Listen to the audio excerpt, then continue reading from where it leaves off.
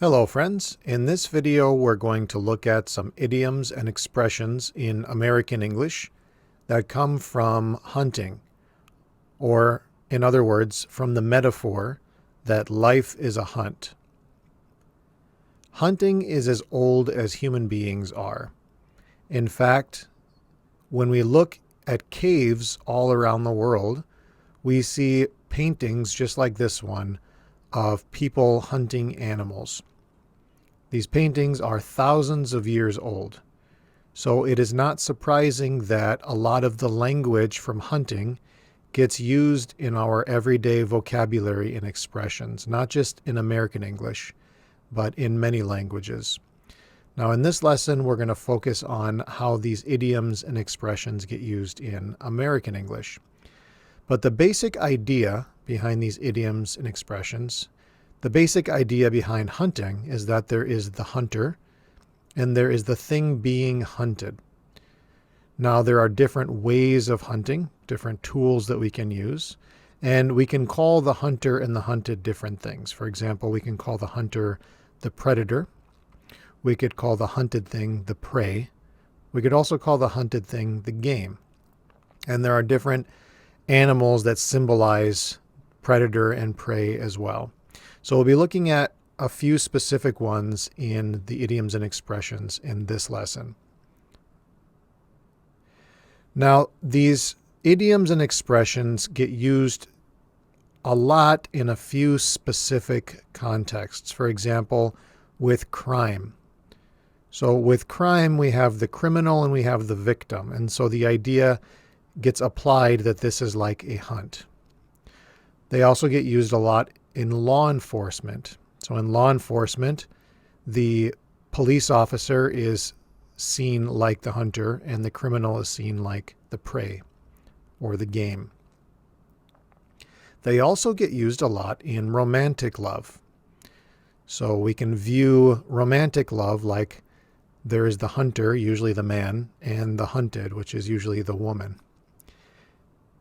In fact, in Roman culture, one of the Roman gods of love is called Cupid. And as you can see here in this picture, Cupid is often shown as like an angel with a bow and arrow. And so with his bow and arrow, he's like hunting people's love or hunting their hearts, right? Because he's trying to shoot them with love. So even Cupid is seen as like a hunter in love. So the first part of these idioms and expressions we're going to look at are the tracks or the trail. So when the hunter is trying to find the animal, often the hunter will look for tracks or they'll look for a trail to follow. The first expression here is to keep track of something or to keep track of someone. The idiom means to be aware of how something is changing, what someone is doing, etc. For example, if you want to be successful in school, you need to keep track of all of your assignments and tests. So this idiom comes from the idea that the hunter has to follow the tracks of the animal. They have to keep track. They have to follow the tracks if they want to find the animal. So we use this expression when we're trying to be aware of something or to follow it without losing it. So we can use keep track when we're talking about work. We can use it when we're talking about projects that we're doing. We could even use it to talk about people and keeping track of people, not losing them. For example, if you're a parent and you're at the store and you have your children, you need to keep track of your children. You don't want to lose them. The opposite of this is to lose track of something or to lose track of someone. So the idea here is that the hunter has lost the tracks or the trail. They don't know where it is right now. So you can see in the picture here, the hunter is looking around to see where the animal went, but he's not quite sure. He's lost track. As an expression, it means to stop being aware of how something is changing, what someone is doing, etc. So it's just the opposite of keeping track. We can lose track. So for example, I'm sorry, I forgot to call you. I guess I just lost track of time. This actually is probably the most common usage of it, to say that we lost track of time. People lose track of time. It just means you're not paying attention to what time it is. To track something or someone down, or to track down someone or something, is to find something or someone after searching a lot. So the idea is that you have been following, or the hunter's been following the tracks, and eventually they find what they're looking for. That's kind of where the idea of down comes from. So to track down is to find what you're looking for. So we can see in the picture here, there's this child, it looks like, following tracks, and the thing they're looking for is right there. So they're tracking it down and finding it. So as an example here, scientists and researchers are still trying to track down exactly where COVID-19 first came from. So they're trying to find the source of where it first came from. Now they know in general where it came from, but not specifically. So to actually find something after searching for it a lot, that's tracking it down. Then we have this expression, or this vocabulary word, to backtrack, which can have a couple of meanings. The first meaning is to think or talk about something that was already thought or talked about. Okay, so there's two parts to this. There's the back and the track. And we've been looking at the track so far. Now the back is basically going backwards, not forwards. So you can see here in the picture, these are tracks probably from a coyote or a fox or something. So you can see that they were walking one way, and then they came back the way that they came. They have backtracked. They have followed their track backward. Not that they're walking backwards, they're just walking back the same way that they came. So we use this expression backtrack to think or talk about something that was already thought or talked about. So we use this in conversation. For example, some of you looked confused, so let's backtrack a little in this discussion and review what we already talked about. So we can backtrack in conversation when we're talking with people. Or another meaning of backtrack is to reverse a position, usually like an opinion or something you believe in, or something that you said. For example, when he realized it would hurt his chances of getting elected, the politician backtracked on his support for more taxes. So the idea here is that you're changing your mind about something. So the first definition means to talk about something again, like going back to the beginning of an idea. And the second definition means to change your mind or change your opinion about something. The next expression here is to cover your tracks, or cover one's tracks. So the idea is that you are being followed by somebody else, and you are trying to cover up your tracks. Now, the hunter can follow these tracks. Well, if the animal was able to, the animal would cover these so that the hunter could not follow them. So to cover your tracks is to do things that hide your activities from other people so that they cannot find out what you have been doing. For example, when the student copied his essay from a website, he tried to cover his tracks by changing a few words here and there, hoping the teacher wouldn't notice. And this happens quite a bit. So you're trying to make it so that somebody can't see or can't know what you've been doing, whether it's something on the computer or something on your phone or something at work. You're trying to hide what you've been doing. Let's say, for example, if you're a parent and you have children, sometimes parents like to have a snack or some kind of candy, but they don't want their kids to know about it, right? So they'll wait till the kids are in bed or something, and they'll have their snack or their candy. But after they have it, they have to hide the wrapper or hide the package that it came from so the kids don't see it.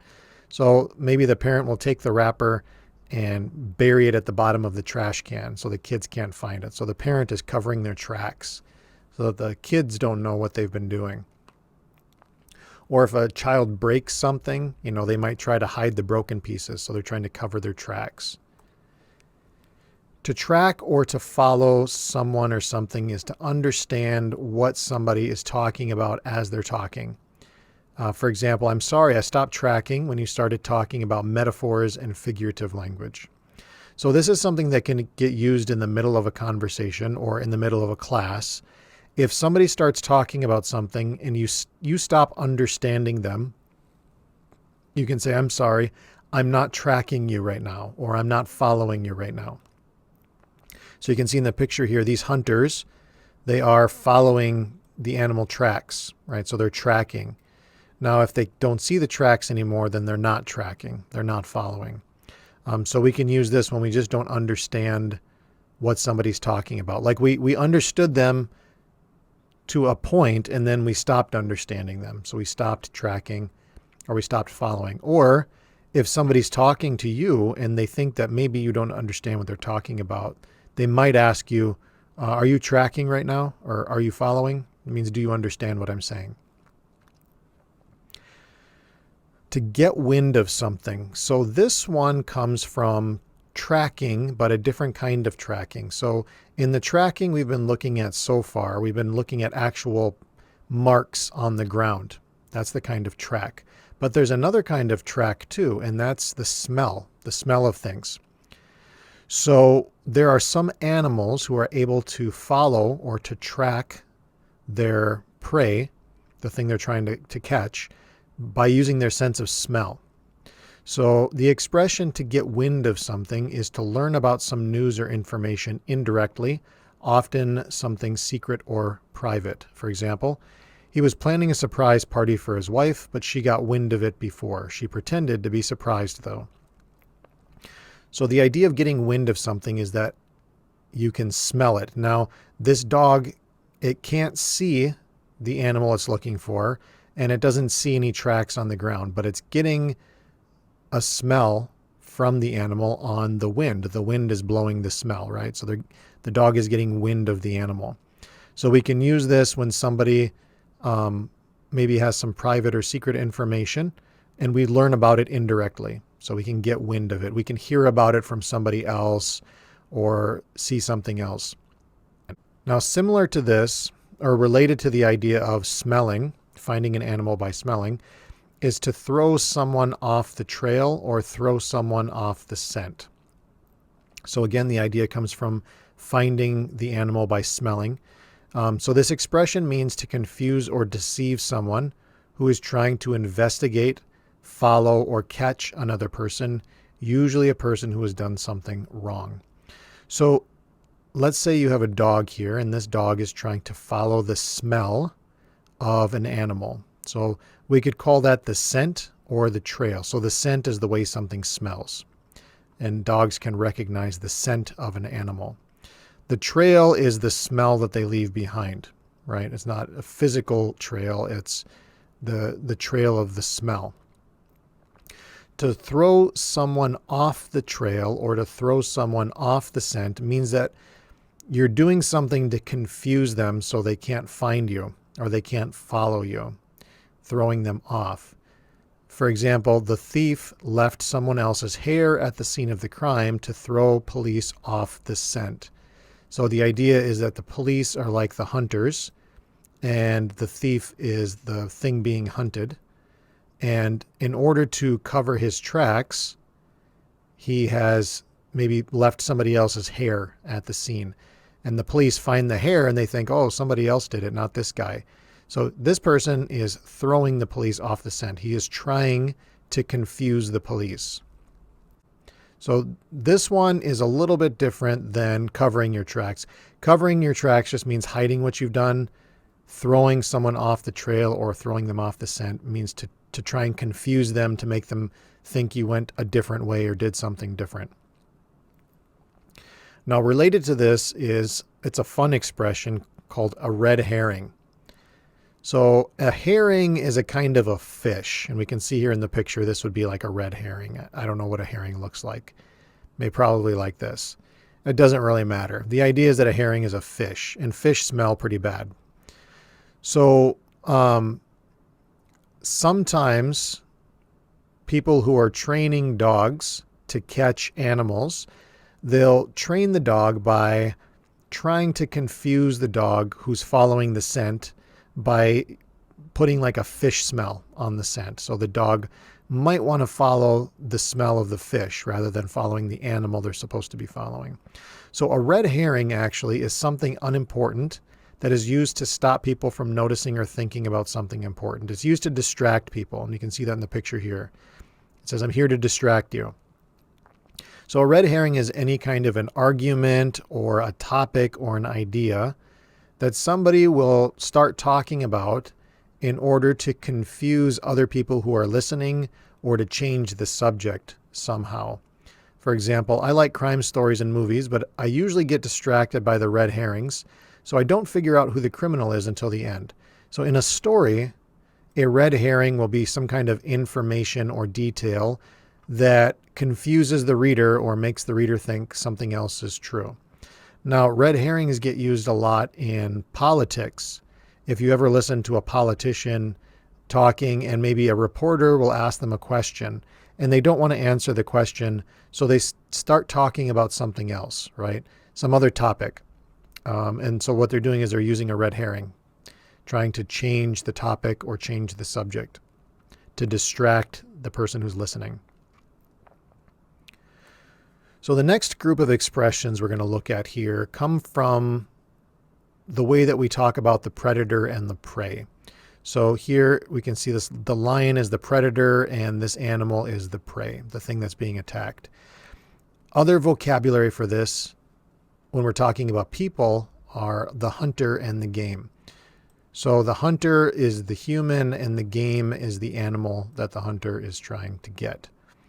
So it's basically the same idea as the predator and the prey, just different words. So the first expression here is just the noun predator. So literally a predator is one animal that's trying to attack and kill another animal.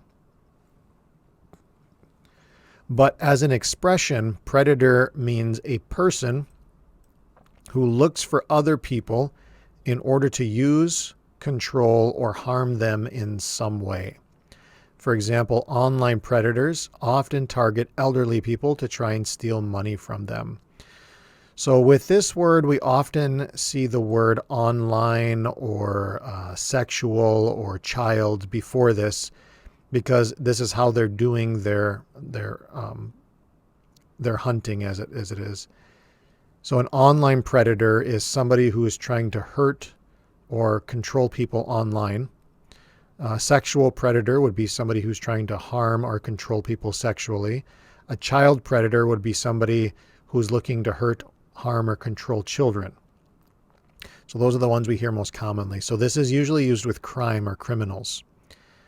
Now here in the example, the predators are trying to get money from old people. So the elderly people are the victims or the prey here.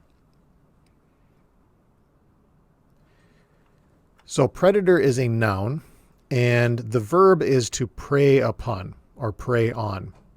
So to prey on or prey upon someone means to hurt, cheat, or steal from them.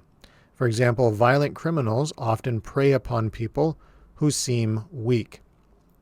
So this is the verb, the action that's happening. So the predator will prey upon people. Now, to receive this action, you fall prey to someone or fall prey to something. So if you're the one who is the victim or the prey, then you fall prey to. So the meaning here is to be harmed or affected in a bad way by someone or something. So you can see this animal here kind of looks like a chicken. It fell prey to the wolf or the predator. For example, you need to protect your personal information online so that you don't fall prey to identity theft. So here you would be the victim of identity theft.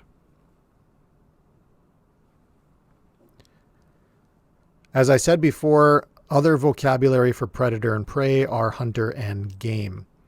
So when we talk about game, this is a noun. It's not. It's a noun talking about the thing that's being hunted. We're not talking about like a game, like a fun game that you're playing. The game here is the thing that's being hunted. So to call something fair game means that it's fair, it's okay to hunt that thing. That's what it literally means. So we can see here, this is a deer that is being hunted by a hunter. And so deer, it's at certain times of the year, it's legal, it's okay to hunt them. So they are fair game. Now, as an expression, as an idiom, to call something or someone fair game means that it's somebody or something that is considered okay to criticize or attack somehow. For example, presidents are always considered fair game for the media, but they usually leave the president's young children alone.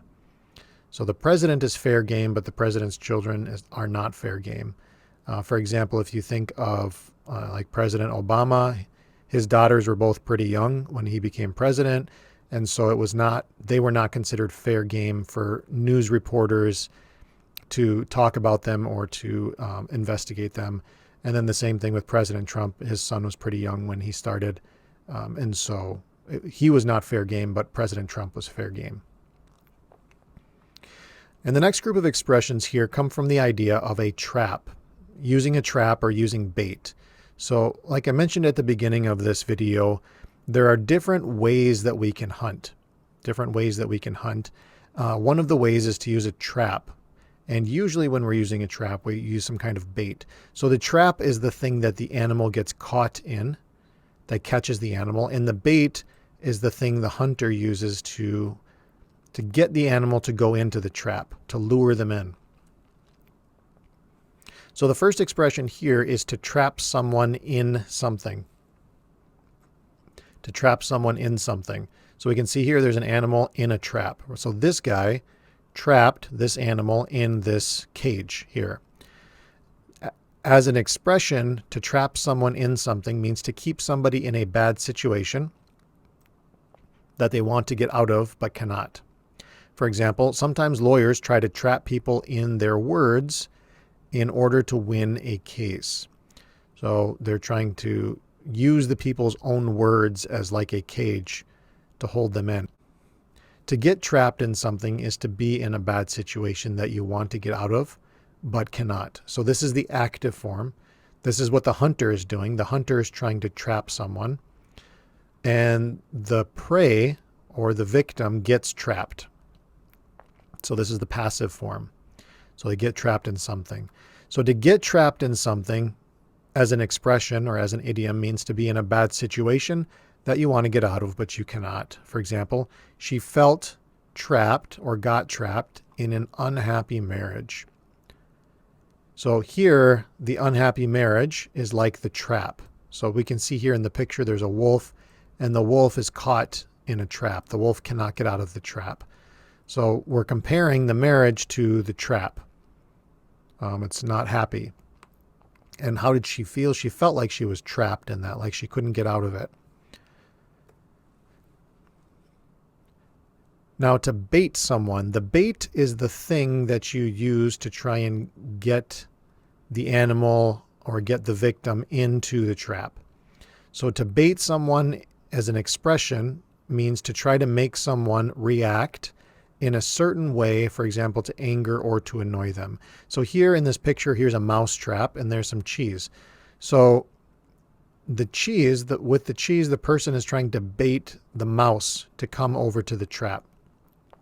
So here, to bait, it's a verb. To bait someone. Now, when we do this as an idiom or an expression, it's like you're trying to get somebody else to do something. Usually by making them angry or annoying them. For example, many influencers on social media try to bait people into getting angry about politics. So here they're trying to bait people by talking about a certain story or a certain political issue. If you're ever in an argument with somebody and it's like they're trying to make you angry, then they're baiting you. They're trying to you're not angry yet, but they're trying to get you there by talking about something that might make you angry, right?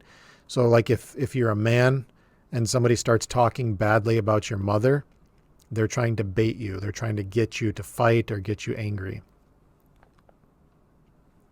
Now the opposite of this, the passive form, is to get baited or to be baited.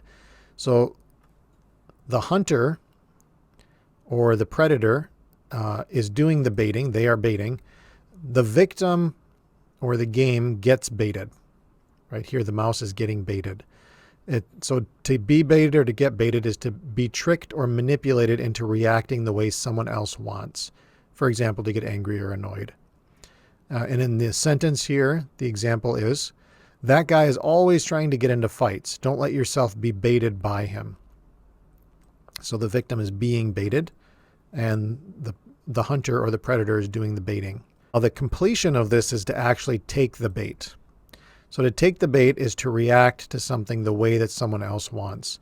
So in this one, they're trying to get you to react the way that they want. And when you take the bait, then you do actually act the way that they want. So you're taking the bait. So if you do get angry, they wanted you to get angry and you do get angry, you have taken the bait. But it's not only that. For example, Apple came out with a new iPhone. It's basically the same as the last one, but I took the bait and bought it anyway because it's new, right? So what's the bait? The bait is that it's a new version of the iPhone. Now, really, it's pretty much the same as the last one, but because they said it's new, this is the best one, that's the bait. And I took it because I bought the phone. I didn't. This is just an example. I don't even have an iPhone.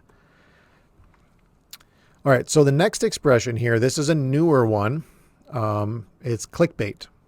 So when you're on the internet, in order to go to a website, you have to click on the link, right? You have to click on the link to go to the website.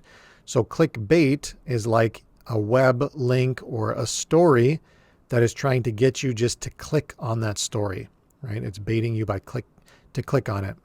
So clickbait is material put on the internet in order to attract attention and encourage visitors to click on a link to a particular web page. For example, most news websites these days are full of clickbait headlines, but their stories are often not informative or useful. So news websites, if you ever read the headlines for their links, they're always just like crazy, like this is the craziest thing that's ever happened or something terrible has happened. They're just trying to get you to click on the link to read the story, even though the stories are usually stupid. So we could call them clickbait headlines. Now, over here on the side, we can see two examples of clickbait that were actual clickbait, I think. So in the first one, man tries to hug a wild lion. You won't believe what happens next, right? So how is this clickbait? Because here they say, you won't believe what happens next. Well, you want to find out what happens next, so you click on it to find out what happens next, right? Or all she did was drag her plate across the pool. What happened next? Blew my mind. So again, you want to find out what happened, so you click on it. That's clickbait. They're just trying to get you to click on the link. A lot of these will be like, okay, what happens next? Or you'll never believe what this person said, right? But they don't tell you what they said. You have to click on it to find out. Or if you want to make $1 million, do these 3 things, right? What are the 3 things? Well, you want to find out, so you click on it. That's clickbait. Then we've also got the bait and switch. So the bait and switch is a trick used where someone offers or promises one thing but gives another. For example, I tried to reserve a hotel room online. The room looked really nice and new in the pictures, and I got it for a cheap price. But when I got to the hotel, they put me in an old room that wasn't very nice. It was a total bait and switch. So the idea here is that somebody is using something as bait to get you to do something. And then when you finally do it, they switch the situation. Like here, they're trying to bait the mouse into the trap. So the mouse thinks it's going to get some food, but what happened is the mouse is going to die when it goes in there. So they're switching the situation on you. So any situation where somebody tricks you to or gets you to do something by promising something or showing you something, but then when you actually do it, they give you something else or they change the situation, that's a bait and switch. So they're baiting you and then they're switching the situation. Another word for bait is lure. Lure. So to lure someone is to persuade or trick somebody to go somewhere or to do something by promising them a reward.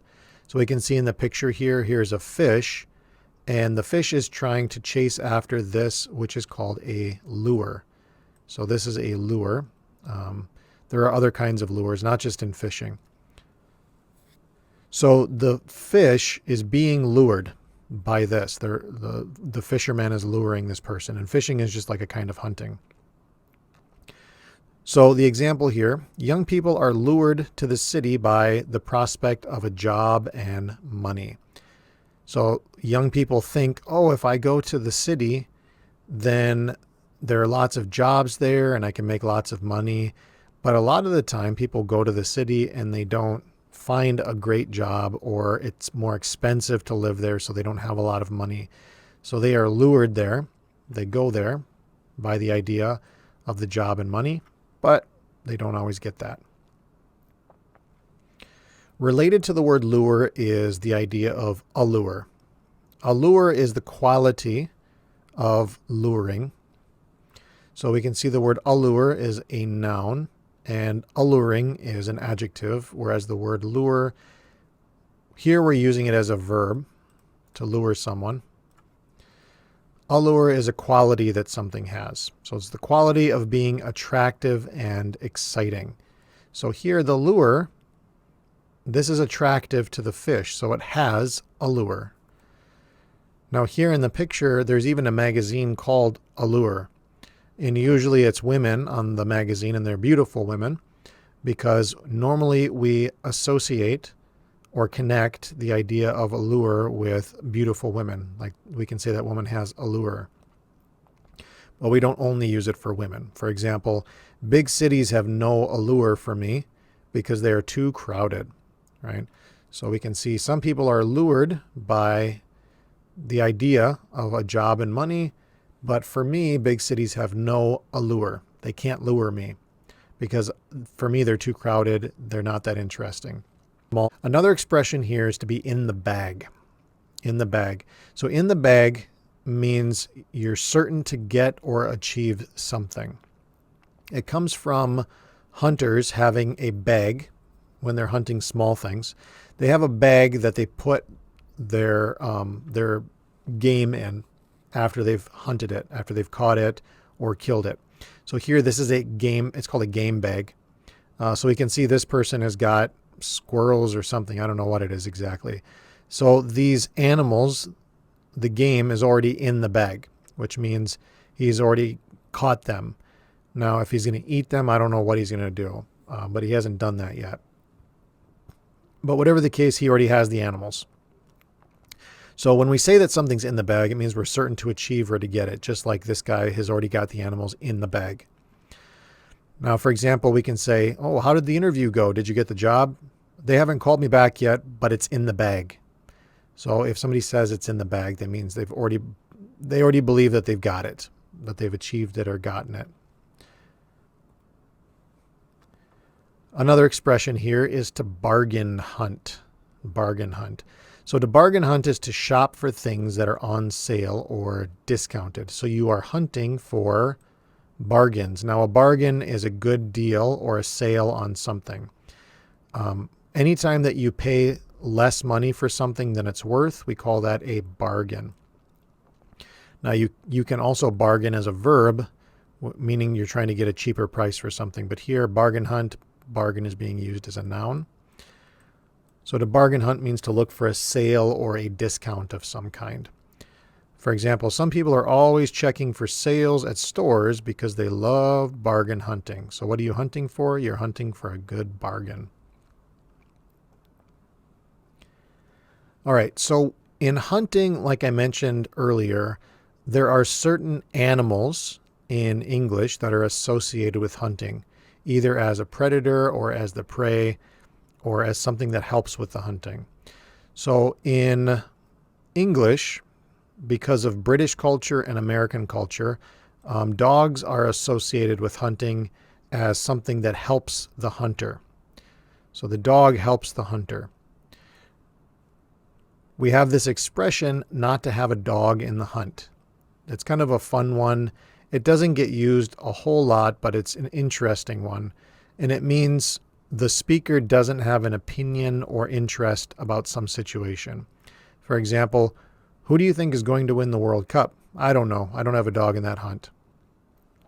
So it comes from the idea that the hunter has his dogs with him, right? The hunter has the dog. So if he's hunting, he has his dogs will help him to hunt. So this hunter and this hunter and this hunter, they have all these dogs. So they have dogs in the hunt. They're helping them.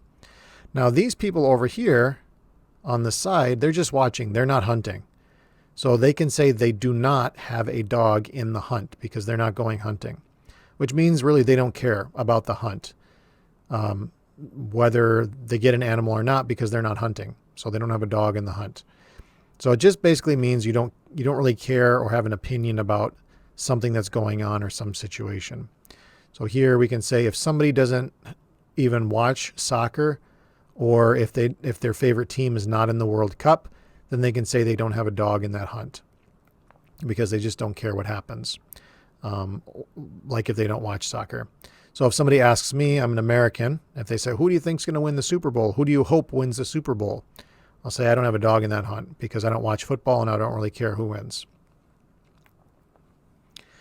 Another one that uses dogs is the expression, that dog won't hunt. And this one is interesting. It gets used more in the southern United States. But it means that the speaker thinks that an argument, suggestion, or excuse won't work or doesn't make sense. For example, so you want me to believe that you have never lied to anyone in your life? That dog won't hunt. That means I don't believe you.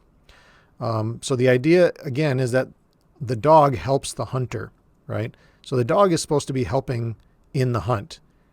Now, if you say that that dog won't hunt, that means that the dog is not doing the job it's supposed to be doing. So we can say this when we don't believe what somebody is saying, or if we think an idea won't work. Like if somebody suggests that you do something, you say, nah, that dog won't hunt. That means I don't think that's going to work. So another animal that gets associated, or two animals actually, that get associated with hunting are the wolf and sheep. So often a wolf is thought of as like a predator, and the sheep is the prey. So wolf are always looking for sheep. So to say that somebody is a wolf in sheep's clothing means that they're a person who appears to be friendly, like a sheep, or helpful, like a sheep, but who really is dangerous or dishonest, like a wolf. For example, he acts like a really nice guy, but the police just found out that he stole thousands of dollars from people who loaned him money. He's a wolf in sheep's clothing.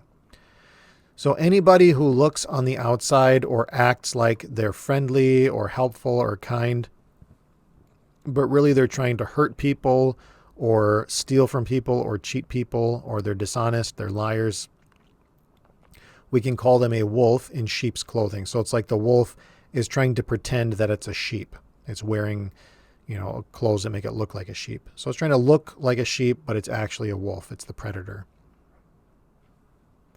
Another animal that gets associated with hunting is the fox. So the fox it's sometimes the prey and it's sometimes the predator. But the thing with the fox is that the fox is usually associated with being smart or being clever, because a fox, this little guy here, is usually a very smart or clever animal. So to say that somebody has been outfoxed or to outfox somebody means to defeat or trick someone by being more intelligent or clever than they are. For example, the thief never got caught because he was able to always outfox the police.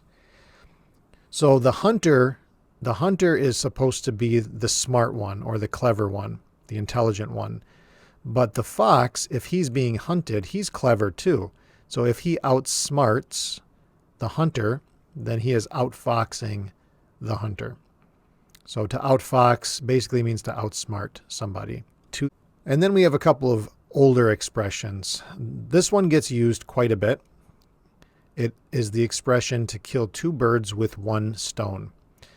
This means to accomplish or complete two things at the same time by doing one action. So we can see here in the picture, we used one stone or a rock to kill two birds. So if you look at the example here, it says, I like that I can mail a package at the grocery store now. That way I can kill two birds with one stone. I can send the package and pick up groceries at the same place. So I wrote this example because my local grocery store opened up a place at the grocery store where I can mail a package. So if I need to mail a package, I don't have to go to the post office anymore. I can just go to the grocery store, I can mail the package, and I can get my groceries at the same time. I can kill two birds with one stone. So I don't have to go to 2 different stores. And this last one here, it's an older one and it's a proverb, but it is useful sometimes when you're trying to convince somebody to take what they've got. So the expression or the proverb here is, a bird in the hand is worth 2 in the bush. So a proverb is a little bit different than an idiom or an expression, because proverbs, the words don't change. If you say this, you say the whole thing, like a bird in the hand is worth 2 in the bush. Or you could just say a bird in the hand, and you expect that the listener knows the second part here. But we don't change any of these words in here. So the proverb, a bird in the hand is worth 2 in the bush, means the thing that you actually have now is better than the thing that you might have later, especially if you risk losing the thing that you have now to get the other thing. So we could look at the picture here and say this hunter here has a bird in his hand. Then there's 2 birds over here. Now the hunter might think, oh, it might be nice to have those 2 birds instead of just 1 bird, right? But he hasn't got those birds yet. He does have this bird over here. Now, if he tries to get these 2 birds over here in the bush, this is the bush, if he tries to get these 2 birds, then he might lose this bird here. So this expression means that this bird is just as valuable as these 2 over here, because he actually has this one. He doesn't have these ones over here. So there's no guarantee that he'll get these 2.